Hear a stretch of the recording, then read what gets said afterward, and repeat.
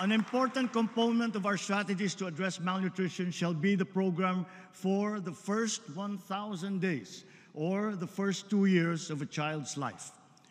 To ensure the health and nutrition of children 0 to 2 years old from the poorest families, we have proposed in the 2025 budget a new grant under the Pantawid Pamilyang Pilipino program for this purpose.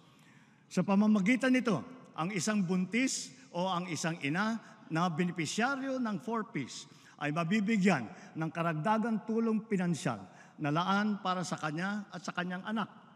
Ang tulong na ito ay upang matiyak na siya at ang sanggol na kanyang sinapupunan o batang anak ay maaasikaso ng doktor, mababakunahan at mabibigyan ng sapat na nutrisyon.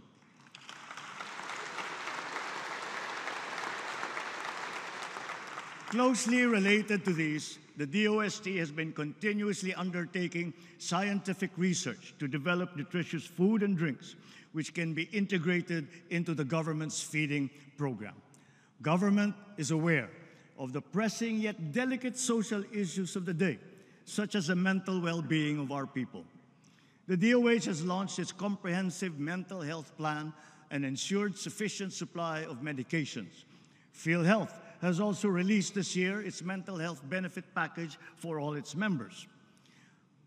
At the same time, grassroots and sports for all programs are back in the mainstream, catering to Filipinos of all ages.